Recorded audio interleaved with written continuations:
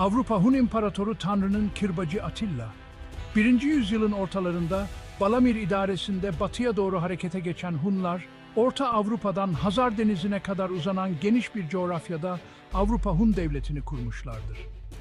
Bu devletin başına Rua'nın ölümünün ardından Attila ve kardeşi Bleda geçti. Attila kısa sürede Avrupa Hun Devleti'ni Avrupa'nın en güçlü imparatorluklarından biri haline getirdi. Abone olmayı ve videoyu beğendiyseniz beğenmeyi, yorum yapmayı unutmayın. Hun-Doğu-Roma ilişkileri, ilk mücadeleler. Tarihte siyasi birlikten yoksun toplumların kendinden güçlü ve sosyal yönden daha üstün olanlarının egemenliğe kolayca girdiğini kaynaklarda görmek mümkündür. Himaye edilen toplumlar, tabii oldukları asimilasyon politikasıyla geride belirli belirsiz kalıntılar bırakarak dönüşüme uğramışlardır. Bu dönüşüm genelde dönüştüren, dönüşen ya da himaye eden, himaye edilen şeklinde gerçekleştiğinden toplumların bu politikalardan kurtulmaları oldukça güçtür. Ayrıca bu toplumlar siyasi birlikten yoksun, kent beylikleri, konfederasyon ya da küçük bağımsız gruplar şeklinde örgütlenmişler ise yukarıda bahsettiğimiz dönüşümün önemli bir bölümünü tamamlamış durumundadırlar. İşte Hun İmparatorluğu ve Doğu Roma arasında benzer bir ilişki söz konusuydu. Hunlar, siyasi birliğini sağladıktan sonra himaye eden ve hükmeden sıfatıyla Avrupa tarih sahnesinde yerini almıştır. Nitekim Rua'nın son zamanlarında yaklaşık olarak 10 yıl kadar sakin bir şekilde devam eden Hun-Doğu-Roma ilişkileri giderek bozulmaya başlamıştır. Geleneksel Bizans politikası gereği Doğu Romalılar, Hunların arkasından müttefikler aramaya başladılar.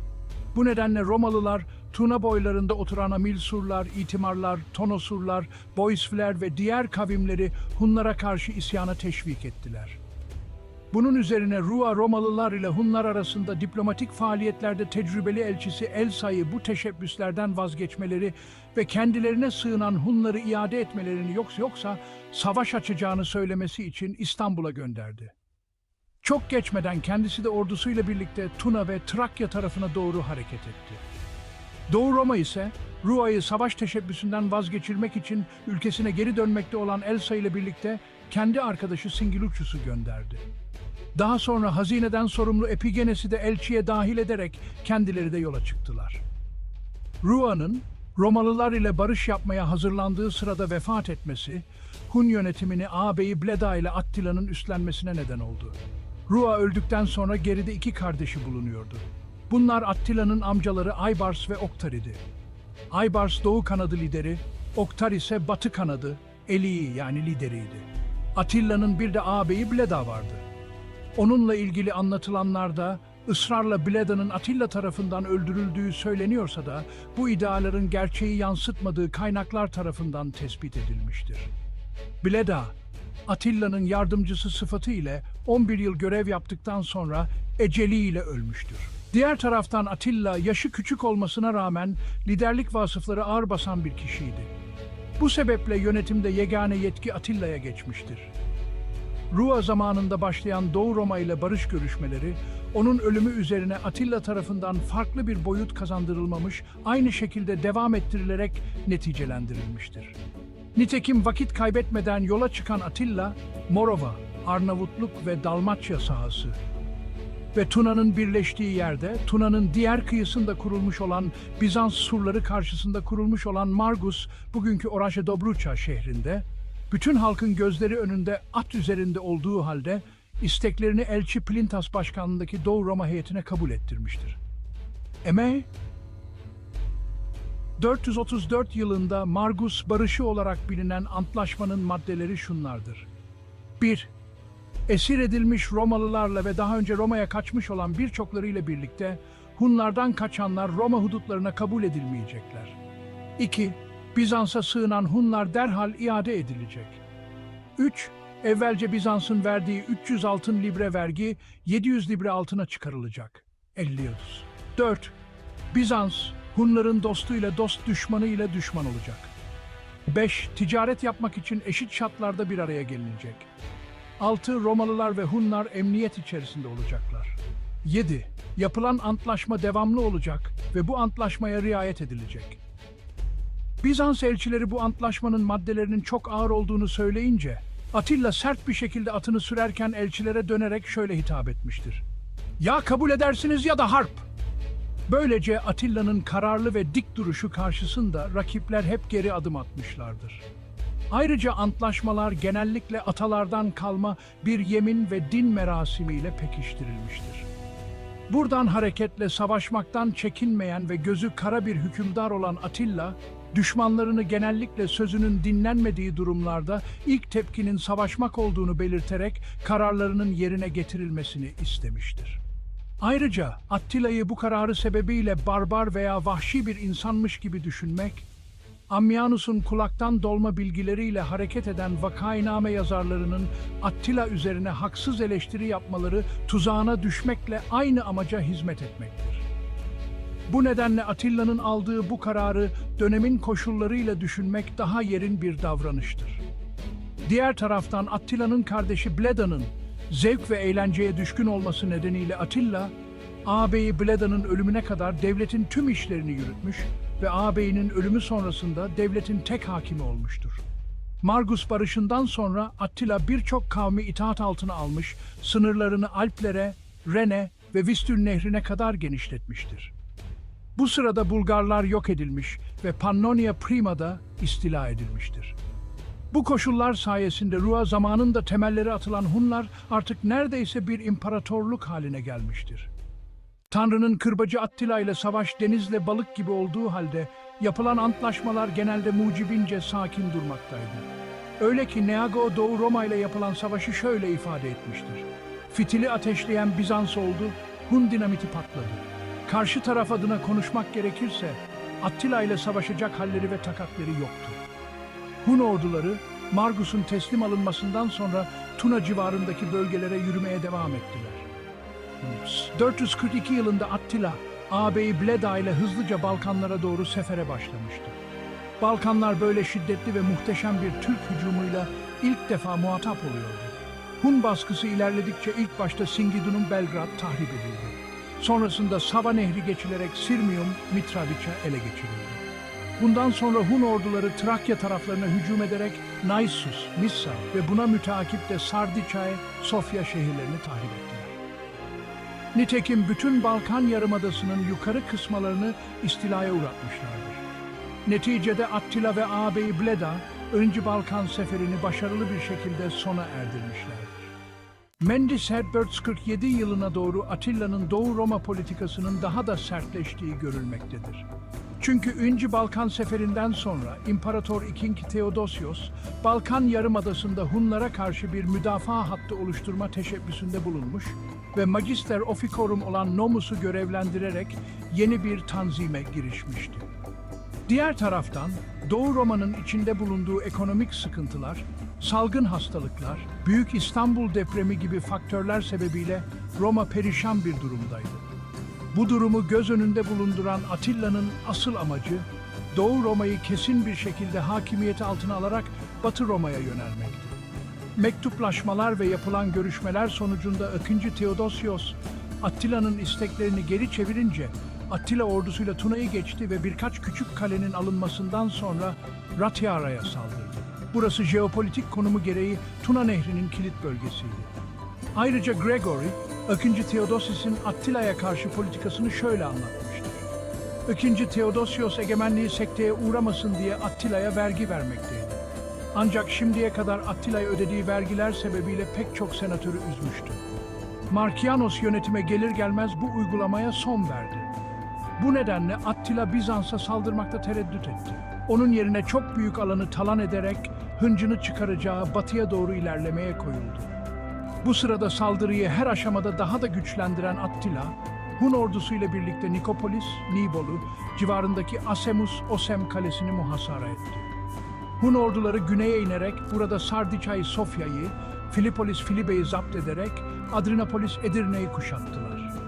Daha sonra Hun ordusu Durustorum, Silistru, Marcinapolis ele geçirdikten sonra İstanbul istikametine yönelerek Arkadiopolis, Lüleburgaz'ı, Kalipolis, Gelibolu'yu ve Sestos, Akbaş Limanı şehrini fethettiler. Artık Hun tehlikesi başkent İstanbul'u tehdit etmekteydi. Doğu Roma, Hunların karşısında tamamen etkisiz kalmıştı. Prens Aspar komutasındaki güçlerin M.C. 447 yılında Kersonesos, Gelibolu'ta Hunlara mağlup olması Roma için her şeyin sonu olmuştu. Bunun üzerine imparatorun Doğu ordusundaki senatörü Anatolius vasıtasıyla Atria, Büyükçekmece'de Hunlar ve Doğu Romalılar arasında barış görüşmeleri yapılmıştır.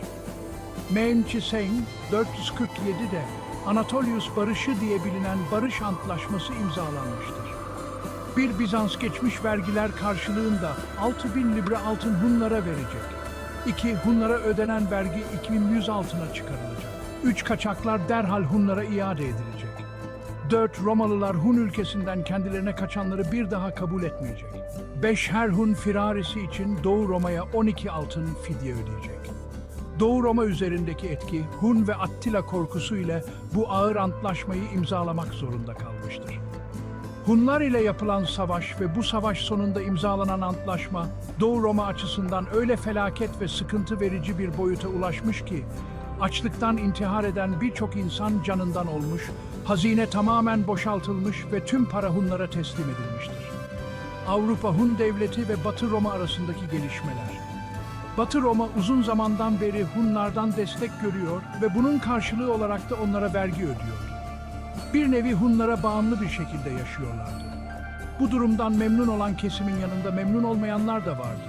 Memnun olmayanların başında ise Aetius gelmekteydi.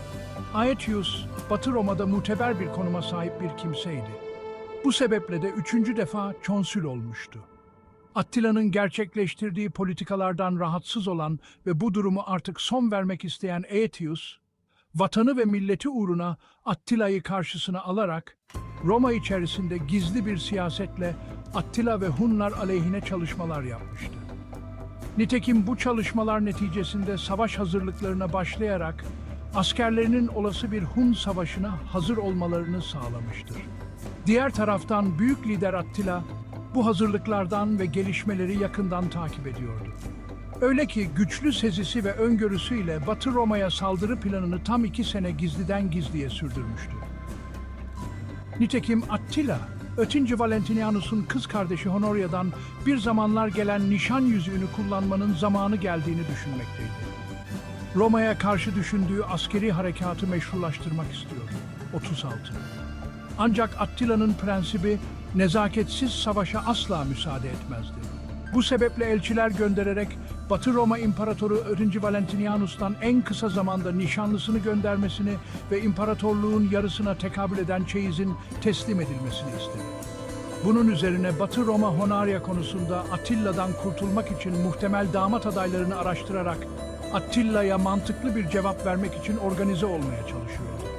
Attila'yı çok iyi tanıyan Batı Roma, sonunda Honoria'yı kuzeni 2. Valentinianus 38 ile evlendirerek Attila'ya evli bir kadın 2 kere evlenmez diye cevap vererek Attila'nın Batı Roma üzerindeki emellerinden vazgeçireceklerini düşünmüşlerdir.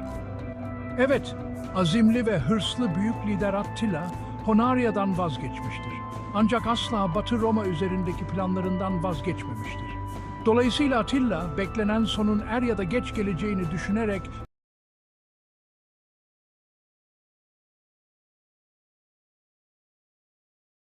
447 yılına doğru Attila'nın Doğu Roma politikasının daha da sertleştiği görülmektedir.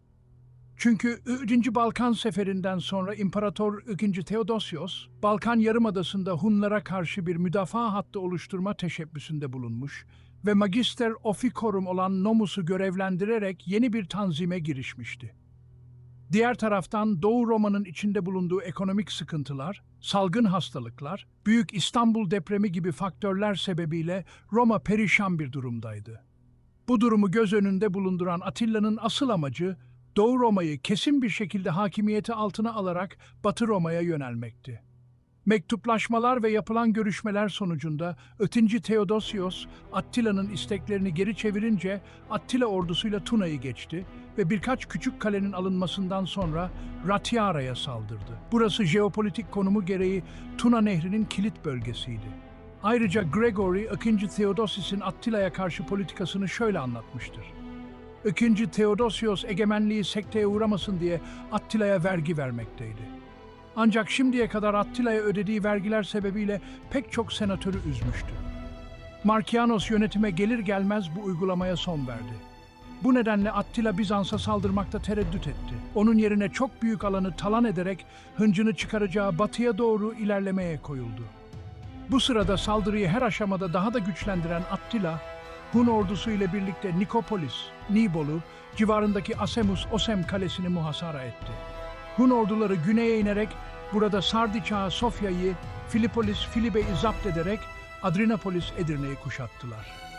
Daha sonra Hun ordusu Durustorum, Silistriu, Marcinapolis'i ele geçirdikten sonra İstanbul istikametine yönelerek Arkadiopolis, Lüleburgaz'ı, Kalipolis, Gelibolu'yu ve Sestos, Akbaş Limanı şehrini fethettiler.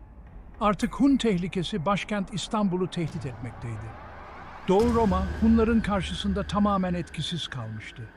Prens Aspar komutasındaki güçlerin milattan sonra 447 yılında Kersonesos, Gelibolu Hunlara mağlup olması Roma için her şeyin sonu olmuştu. Bunun üzerine imparatorun Doğu ordusundaki senatörü Anatolius vasıtasıyla Atria, Büyükçekmece'de Hunlar ve Doğu Romalılar arasında barış görüşmeleri yapılmıştır. Menyençeseying 447'de Anatolius Barışı diye bilinen Barış Antlaşması imzalanmıştır. 1. Bizans geçmiş vergiler karşılığında 6.000 libre altın Hunlara verecek. 2. Hunlara ödenen vergi 200 altına çıkarılacak. 3. Kaçaklar derhal Hunlara iade edilecek.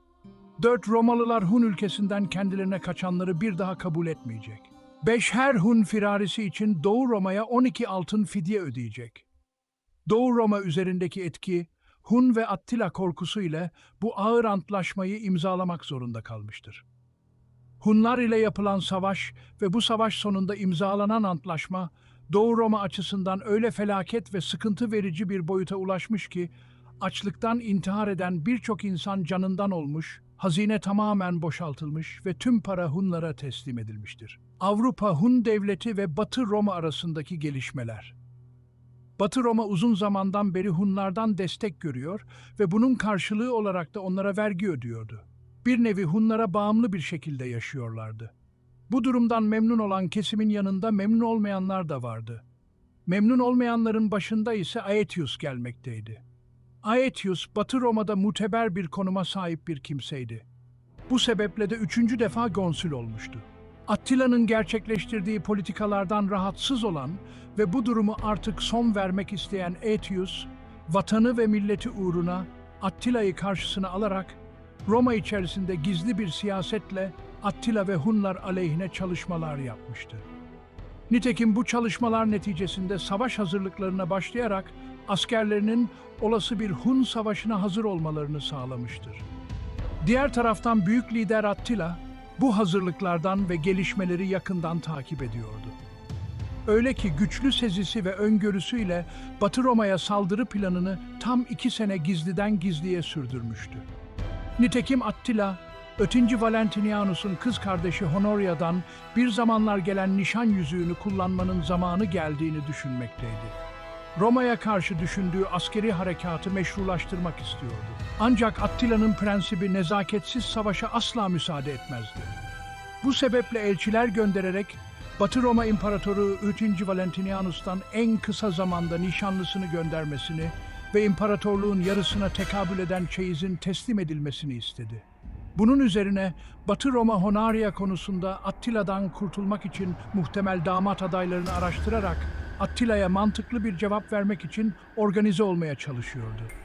Attila'yı çok iyi tanıyan Batı Roma, sonunda Honoria'yı kuzeni 2. Valentinianus ile evlendirerek Attila'ya evli bir kadın 2 kere evlenmez diye cevap vererek Attila'nın Batı Roma üzerindeki emellerinden vazgeçireceklerini düşünmüşlerdir. Evet, azimli ve hırslı büyük lider Attila, Honoria'dan vazgeçmiştir. Ancak asla Batı Roma üzerindeki planlarından vazgeçmemiştir.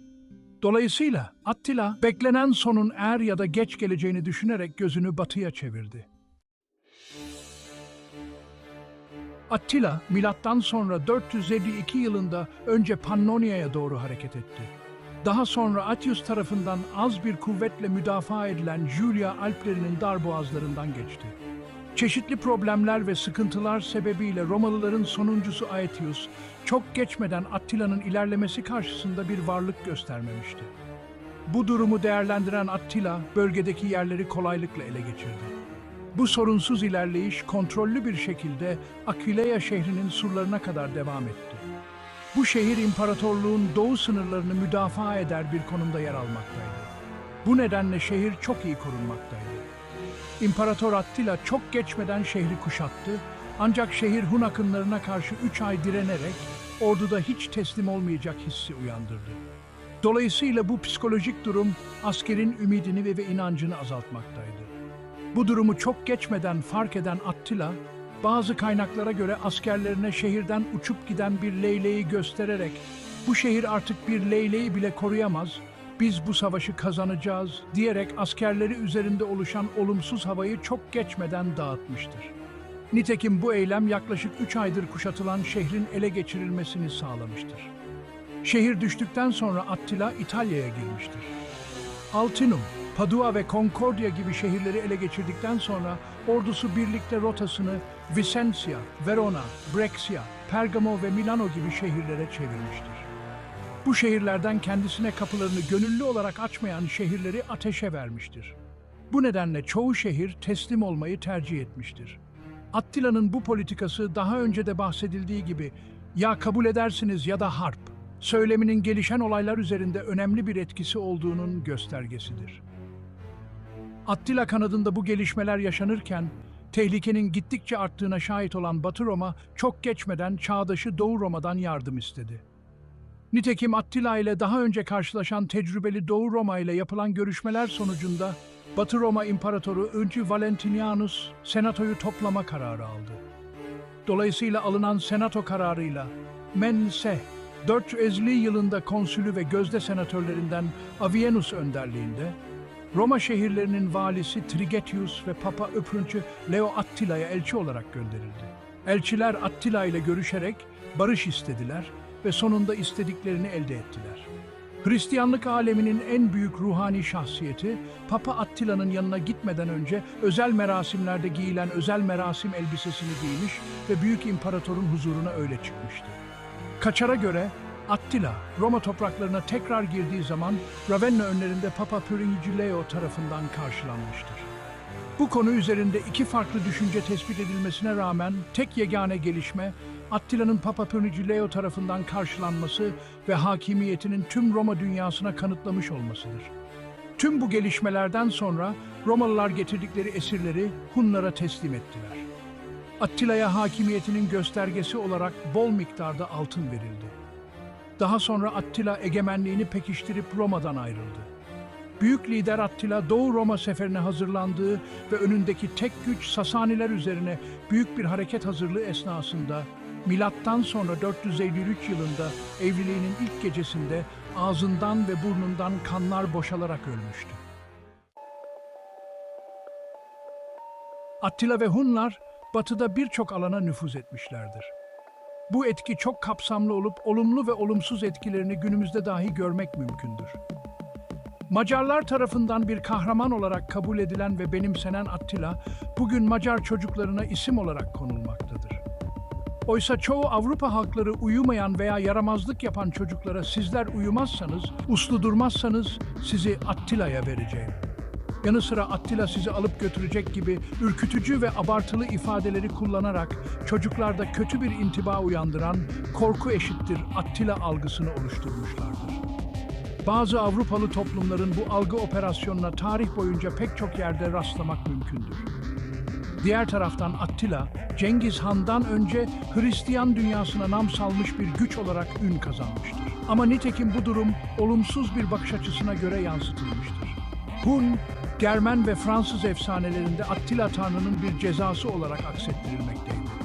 Germen efsaneleri ona halkların savaşçısı, çobanı ve yiğidi gibi diğer toplumlara göre güzel sıfatlar vermişlerdir. Bazı Avrupalılara göre Attila yenilemez bir dünya fatihidir. Muhtemelen Attila ile ilgili bu olumlu algılar genellikle Attila'dan çekindikleri için korkudan oluşmuş ifadelerdir. Tüm bunlarla birlikte Batı dünyasında Attila ile olumsuz, aslında hiç olmayan ve büyük hükümdarın hak etmediği ağır ifadeler de yer almaktadır. Batı dünyası Attila'yı sadece gaddar, merhametsiz, acımasız ve barbar gibi kelimeler birlikte tanımlayarak anlatmıştır. Öyle ki İç Asya'nın hiçbir halkı, hatta Moğollar bile Avrupa tarih yazımcılığında Attila kadar, Hunlar kadar kötü yer almamıştır. Hun adı yıkıcı, barbar, vahşi, zalim ve istilacı gibi haksız kelimelerle özdeşleştirilmiştir. Tıpkı Vandallardan isminden vandalizmin türemesi gibi Hun adı da yırtıcı vahşi düşmanları damgalamak için aşağılayıcı olarak kullanılmıştır. Avrupalılara göre Hunların amacı fetih değil, istila ve yağma yapmaktır. Birçok batılı yazar Hunları yazarken bilimi bir kenara bırakmış, duygularına yenilmişlerdir.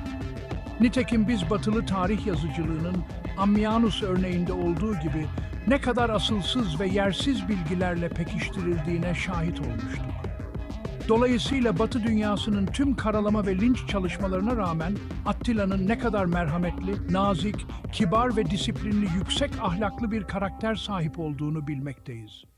Esasen Attila savaşırken bile bir stratejisi olan, sebepsiz saldırmayan, mantıklı ve makul bir sebep arayan liderdi. O, hiçbir zaman nezaketsiz ve uygun olmayan bir savaşa izin vermezdi. Vandallardan isminden vandalizmin türemesi gibi Hun adı da yırtıcı vahşi düşmanları damgalamak için aşağılayıcı olarak kullanılmıştır. Avrupalılara göre Hunların amacı fetih değil, istila ve yağma yapmaktır. Birçok batılı yazar Hunları yazarken bilimi bir kenara bırakmış, duygularına yenilmişlerdir. Nitekim biz batılı tarih yazıcılığının Ammianus örneğinde olduğu gibi ne kadar asılsız ve yersiz bilgilerle pekiştirildiğine şahit olmuştuk. Dolayısıyla Batı dünyasının tüm karalama ve linç çalışmalarına rağmen Attila'nın ne kadar merhametli, nazik, kibar ve disiplinli, yüksek ahlaklı bir karakter sahip olduğunu bilmekteyiz. Esasen Attila savaşırken bile bir stratejisi olan, sebepsiz saldırmayan, mantıklı ve makul bir sebep arayan liderdi. O hiçbir zaman nezaketsiz ve uygun olmayan bir savaşa izin vermezdi. Attila, İtalya'dan dönerken yolda sarı saçlı, mavi gözlü, beyaz tenli ve son derece güzel bir kızla karşılaşmıştı. Bu kız Burgundların prensesi Ildiko'ydu. Prensese Germen efsanelerinde Hildegund ismi verilmekteydi. Attila bu kızla evlenmek istemesi üzerine prensesi de Macaristan'a götürmüştü. Attila, İtalya seferinin yorgunluğu geçtikten sonra düğün merasimi hazırlıkları için emrindekilere talimat verdi. Merasim günü geldi ve öncelikle yemek faslı başladı. İri et parçalarının altın tabaklarda dolaştırıldığı Hun usulü büyük bir ziyafette prensler, subaylar, rütbeli memurlar ve halk iştirak etmişti. Attila her zamanki gibi sadelik timsali sade bir çanakta yemek yiyordu. Sınırsız yiyecek, içecek, şiir okumalar ve gösterilerle gecenin yarısına kadar eğlenceler sürdü. Eğlence merasimi devam ederken Attila Ildiko'yu daha fazla bekletmeden odasına geçti. Attila'nın mutlu günü olduğu için dolayısıyla dışarıdaki sevenleri de çok mutluydu. Jordanes, Avrupa'nın son fatihi Attila'nın ölümünü ve sonraki durumu şöyle anlatmıştır. Düğün sırasında çok fazla neşelenerek gevşeyip, şarap ve uykunun verdiği ağırlıkla sırt üstü uzandığında her zaman başına geldiği üzere burnundan oluk oluk kan akmaya başladı. Kanın normal akış yolları engellenince de etkisiyle öldürücü yoldan boğazına inerek hayatına son verdi.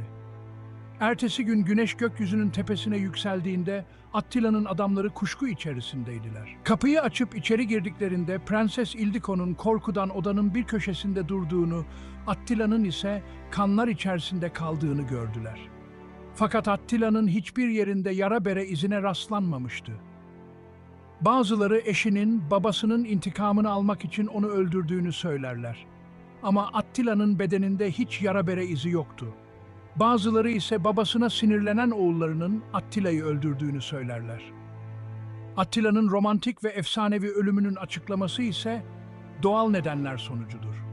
Roberts bu durumun nedenini aşırı heyecan sonucu ortaya çıkan iç kanamaya dayandırmaktadır. Tüm bunlarla birlikte Attila'nın cenazesi de düğünü kadar görkemli olmuştur. Attila, Avrupa'da Hunların babasıydı. Öyle ki Attila Hunların kolu kanadı, birlik ruhunun kalesiydi. Attila, Türklerin töresine uygun yu merasimi yapıldıktan sonra defnedildi. Neagoy'un aktardığına göre cenaze ile ilgili rivayetlerden birisi şöyledir. Attila'nın cesedi 3 çeşit madenin alaşımından yapılmış 3 kat tabutun içine konularak Tissa Nehri'nin suyu başka bir tarafa çevrilmiş ve tabut nehrin dibine konulduktan sonra su tekrar yatağına bırakılmıştır.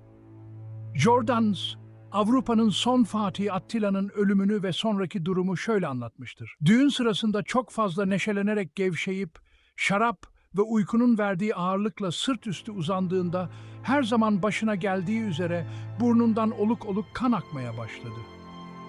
Kanın normal akış yolları engellenince de etkisiyle öldürücü yoldan boğazına inerek hayatına son verdi. Ertesi gün güneş gökyüzünün tepesine yükseldiğinde Attila'nın adamları kuşku içerisindeydiler. Kapıyı açıp içeri girdiklerinde Prenses Ildiko'nun korkudan odanın bir köşesinde durduğunu, Attila'nın ise kanlar içerisinde kaldığını gördüler. Fakat Attila'nın hiçbir yerinde yara bere izine rastlanmamıştı. Bazıları eşinin, babasının intikamını almak için onu öldürdüğünü söylerler. Ama Attila'nın bedeninde hiç yara bere izi yoktu.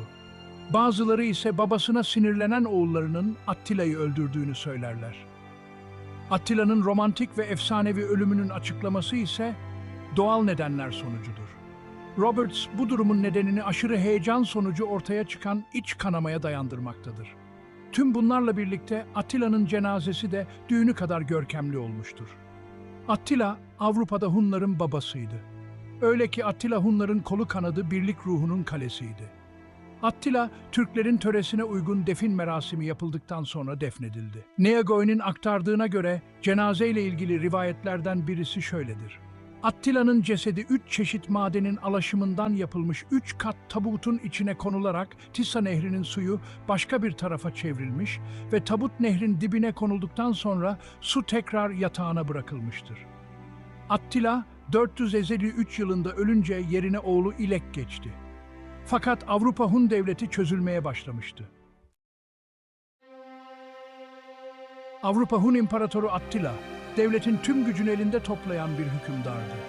Bu kudret ile Roma'ya, Çin'e ve son olarak Konstantiniye'ye karşı siyasi ve askeri mücadeleler yaptı. Attila kısa sürede Hun devletini Avrupa'nın en güçlü imparatorluklarından biri haline getirdi. Balkanlarda Bizans'ı, Galya'da Batı Roma'yı bozguna uğratan Attila, İtalya'yı da istila etmeyi başardı. Ancak Attila'nın ölümüyle birlikte Avrupa Hun devleti çözülmeye başladı. Attila, tarihte güçlü ve karizmatik bir lider olarak anılmaktadır.